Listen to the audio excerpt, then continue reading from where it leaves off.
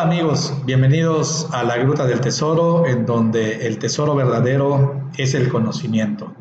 Continuamos con la plática sobre el tema del Congreso de la Unión, cómo se conforma y sus funciones. En el episodio anterior estuvimos platicando sobre lo que son las bancadas.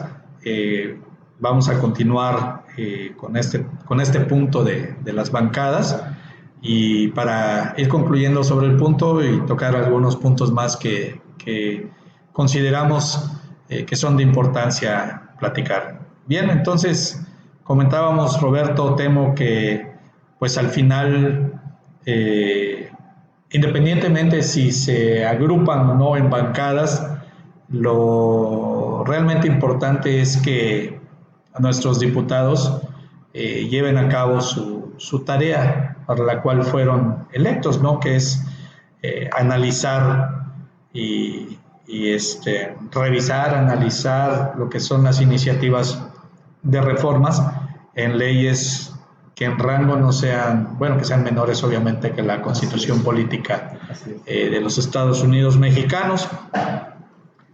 Y bien, entonces, ¿quisieran comentar algo para concluir el punto de las bancadas? ¿Algo que quieran agregar? Nada más para igual ir cerrando. Muchas veces, como ya mencionamos, la bancada o los diputados de X partido se preocupan más por defender sus iniciativas, por que el partido contrario no les cierre esa iniciativa. Y también una de las funciones del Congreso de la Unión es hacer la división de poderes, ¿no? Dividir los poderes en ejecutivo, legislativo y judicial. En México,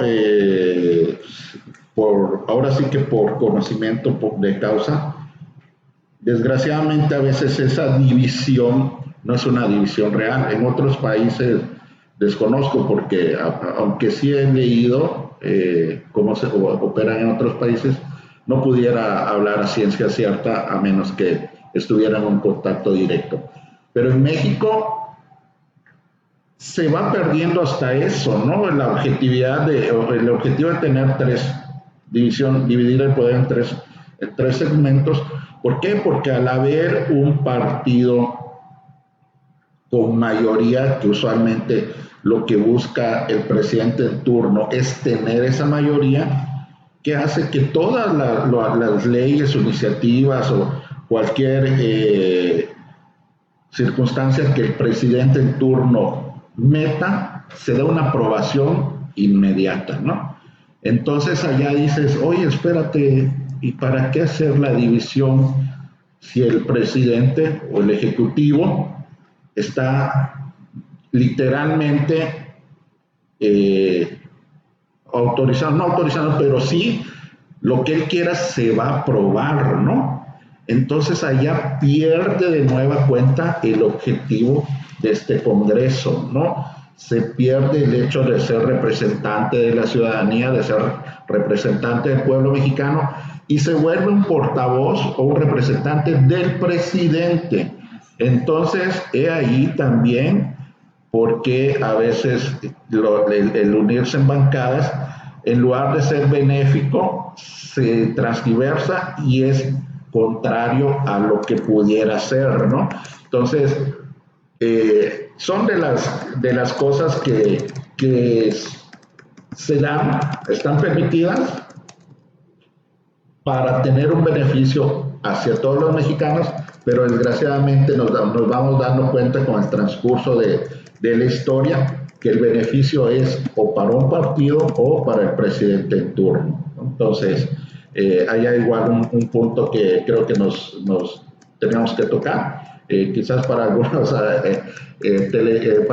espectadores les sea un poco, pudiéramos decir, ríspido el tema, pero es algo que se da, y no se da solo ahorita, se ha dado desde mucho tiempo atrás, ¿no? Se ha perdido el gran objetivo del diputado, ¿no? Que es el de representar al ciudadano, de velar por los intereses del ciudadano. de que de una otra manera él sea el portavoz de la ciudadanía y que diga, no, espérate, esto que está haciendo no es lo correcto, ¿no? Desgraciadamente, como bien comenta, se ha transgiversado la función del diputado buscando sus beneficios personales, partidistas y todo lo que conlleva, ¿no? Ahora bien, cerrando un poquito el tema de las bancadas, me gustaría que comentáramos, Temo, ¿cuál es el recorrido que debe seguir una iniciativa de reforma antes de que sea publicada y que entre en vigor? Ok, mira, para empezar, son 4 figuras las que de una u otra manera son las que pueden meter una iniciativa ante las cámaras. El principio de cuentas, pues está obviamente el Ejecutivo Federal. Okay. En segunda instancia, los mismos cámaras de diputados, senadores. Okay. Por tercera instancia, los ejecutivos de los estados. Okay. Y en última instancia, la ciudadanía a través de cierto porcentaje de firmas, okay, para que pueda presentar la iniciativa. Es, por principio de cuentas, la presentación de la iniciativa en cualquiera de las 2 cámaras. Correcto. En la que llegue, a partir de ahí, se recepciona y se pasa al Pleno, y del Pleno se hace la transferencia se me fue el nombre ahorita, a la comisión correspondiente. De ahí ellos se encargan de analizarla, de discutirla, de ver si hay que modificarle algo, lo aprueban nuevamente y emite su dictamen, ¿no? Y efectivamente emite su dictamen y la pasan nuevamente a la Cámara para que la discutan y la aprueben. Una vez que le hagan ya las modificaciones adecuadas y ya la aprueben, de ahí se pasa a la siguiente Cámara, a la baja, a la alta, dependiendo de dónde haya entrado, y sucede lo mismo, le dan entrada, la pasan a la Cámara correspondiente. Okay. De ahí se hace la misma operación, se discute, se hace las modificaciones, y etcétera, etcétera. Se vuelve a subir al Pleno para discusión, aprobación, y una vez aprobada, se manda al Ejecutivo Federal. Con el Ejecutivo Federal tiene 30 días para definir si la aprueba y se está bien con las modificaciones que ya fue aprobada a través de las 2 cámaras, y tiene 30 días. Si en 30 días esa no pasa a las cámaras de origen, entonces quiere decir que en automático está aprobada, y de ahí tienen 10 días para que se publique en el Diario Oficial de la Federación. Ok, entonces, en este camino que siguen las iniciativas, entonces al llegar a las comisiones es donde debe llevarse a cabo el análisis que comentaba hace rato. Así es. ¿No? Porque quiero suponer que las comisiones no se conforman solamente con diputados de un solo partido. Debe ser plural, quiero suponer, desconozco a fondo el reglamento interior de un congreso, pero quiero suponer que las comisiones deben ser plurales. Sí, por supuesto. ¿No? O sea, no puede ser solamente de un solo partido o de otro partido. Son ellos quienes entonces en su dictamen tendrían que emitir esas condicionantes para dar un visto bueno a favor o emitir un dictamen en contra, no necesariamente de toda la ley. O sea, puede ser que parte de la reforma sea buena, y entonces es donde tendrían que, a través de un análisis y a través de fundamentar esas opiniones y esas decisiones que tomen, pudieran decir tal sección de la iniciativa no conviene, hay que modificarla, etc., etc. Ahora, ese análisis de las comisiones, ¿alguno de ustedes sabe si se da a conocer al pueblo o solamente se maneja de manera interna para los diputados? Porque al final, cuando llegan al debate en lo que es el Congreso, que al menos en las imágenes que hemos visto en los últimos años, no hablemos nada más de los últimos 2, 3 años, hablemos de hace, 10 años o más, como que los congresos, las sesiones las están convirtiendo, desde mi punto de vista, insisto, con todo el respeto que se merecen, en un circo, donde en lugar de exponer los motivos para votar en favor o en contra, o a lo mejor dar a conocer los dictámenes de las comisiones, pues yo nada más veo pancartas de apoyo, que si abajo a que si arriba el otro, cuando realmente eso no es función de un Congreso, ni de un Congreso del Estado, ni mucho menos del Congreso Federal, ¿no? O sea, no es nada más subirse y decir, es que el fulanito de tal, así y asado, eso no nos interesa como población, nos interesan los dictámenes, saber por qué sí, por qué no. No sé, ¿ustedes qué opinan? Mira, no recuerdo bien, pero me parece, solo digo me parece porque no recuerdo bien, pero creo que los dictámenes técnicos, de una vez que se hacen las modificaciones, creo que sí se dan a conocer. Se suben a la página del Congreso. Creo que sí, de todas maneras es un tema que te prometo que lo investigo y con todo gusto yo te salimos de la duda para que... pues sí, ya que lo tengas, lo que puede ser es entrar así que a la página y apuntarlo allá mismo. Exactamente. Me parece que sí, pero repito, lo checamos y con todo para gusto, tener la certeza. Para tener la certeza, porque la verdad no recuerdo. Me parece que si en alguna ocasión lo habré leído, que creo que sí, los dictámenes sí los dan a conocer por cierto tiempo. A través de la página. A través de la página. ¿No? Porque yo lo que igual, se da a conocer a través de la página del Congreso, pero pues no todos a lo mejor tienen acceso a Internet. Claro, quien quiere realmente conocerlo no tiene pretexto para no hacerlo, ¿no? Sin embargo, sería bueno investigar si también existiera la obligación de ese dictamen, no solo publicarlo, sino también darlo a conocer en las sesiones.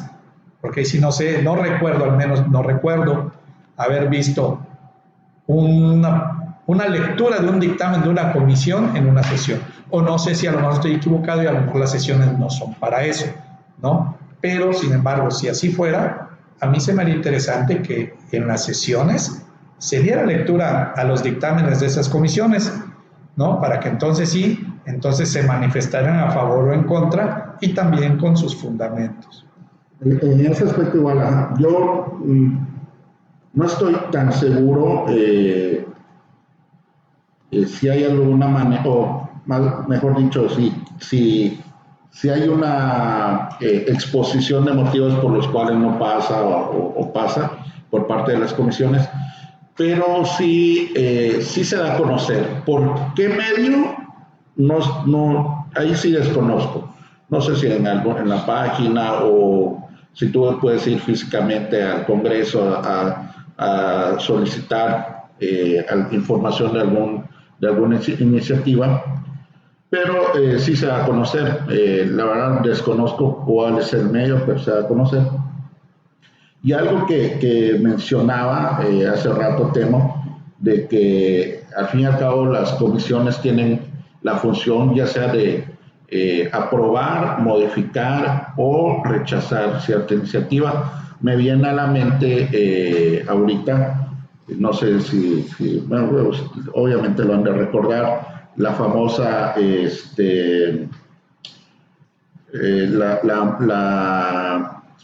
la reforma educativa, que en mi muy particular punto de vista era una reforma necesaria, era una reforma para México muy necesaria, pero que implicaba también una parte laboral que sí perjudicaba a muchísimos maestros. Entonces allá, ese pedacito de esa reforma fue tan perjudicial que afectó todo lo demás. Ya nadie veía lo bueno de esta reforma, sino eso malo que afectaba, obviamente, lo que son los maestros a nivel México. Es el magisterio. Todo el magisterio es enorme. O sea, estabas afectando a una población enorme. Y una que además es una fuerza política. Que además es una fuerza política. Y aparte que efectivamente es una parte neural de toda la sociedad, ¿no? El maestro que es quien forma a los niños, adolescentes para la vida adulta y para la vida, si tú lo quieres ver hasta de manera económica, pues es quienes en el futuro van a producir, van a mover la riqueza, ¿no? Entonces, ahí, por ejemplo, desde mi particular punto de vista, ¿qué pasó? Que las comisiones no hicieron un buen análisis, ¿no? Yo creo, ¿no? Porque la agarraron y quizás le hayan modificado 2 o 3 cosas, recuerdo que sí había normas, pero no modificaron lo que más perjudicaba a este sector. Y cuando se aprobó, fue un desastre. Nadie se fijó en lo positivo, todos vieron esa parte negativa. Se centró en la parte negativa. Y la colapsó al final, al fin y al cabo la colapsó, ¿no? Hubo un rechazo total. Un rechazo total por parte del magisterio y obviamente aparte los maestros, no es el maestro solo, el maestro tiene una familia, claro, y la familia rechazaba también, entonces fue un efecto dominó, fue exponencial todo, ¿no? Entonces, por ejemplo, allá es un claro ejemplo de lo que pudiera haber sido algo muy benéfico, pero al no realizar un buen trabajo fue algo que perjudicó a la larga tanto al país como al sector. Y ahora, por ejemplo, entre los requisitos para ser diputado, obviamente no tienes que ser profesionista, no está normado la profesionalización de los diputados. Estoy de acuerdo que un diputado no puede ser conocedor de todos los temas de importancia para el país y para la ciudadanía. Sin embargo, creo que sí tienen presupuesto para poder contratar en su momento asesores especializados. Es decir, si yo diputado no domino el tema, a lo mejor de la construcción, y hay una iniciativa de reforma acerca, no sé, de la Ley de Obras Públicas federal, pues entonces con mi presupuesto puedo contratar un especialista, un asesor que me haga un análisis, que me informe, que me oriente y que me diga para que entonces pueda yo tomar como diputado una decisión acerca de esa iniciativa de reforma, ¿no? Pero creo que desafortunadamente tampoco se hace, o sea, pues el diputado lo que menos le interesa, al menos desde mi punto de vista, pues es analizar las iniciativas de reforma. Sí, sin duda, ¿no? O sea, bien dijiste, o sea, tienen el presupuesto para poder hacerlo, desgraciadamente no se basan redundamos en lo mismo, en el beneficio de la ciudadanía, ¿no? Desafortunadamente, desgraciadamente, ven por cuestiones familiares, compadrazgo, etcétera, para la contratación y devengan un salario. Sí, y esa es la ejercen el presupuesto. De que lo ejercen, no de manera adecuada, pero lo ejercen. Sí, sin duda. ¿No? Como decimos, no señalemos a todos. Sí, pues, son famosas excepciones. Sin duda, sí, estoy de acuerdo contigo. O sea, sí hay quienes efectivamente lo ejercen para lo que es, y hay quienes que definitivamente siguen viejas prácticas para que platicamos de tema. Eso es escabroso. Sí, desde luego, ¿no? Bueno, pues nuevamente el tiempo nos ha alcanzado. Vamos a hacer un corte, no sin antes invitarles nuevamente, amigos, a que participen, a que nos dejen sus opiniones en nuestro canal de YouTube, en la sección de comentarios. Ayúdennos a acrecentar este conocimiento acerca del Congreso de la Unión.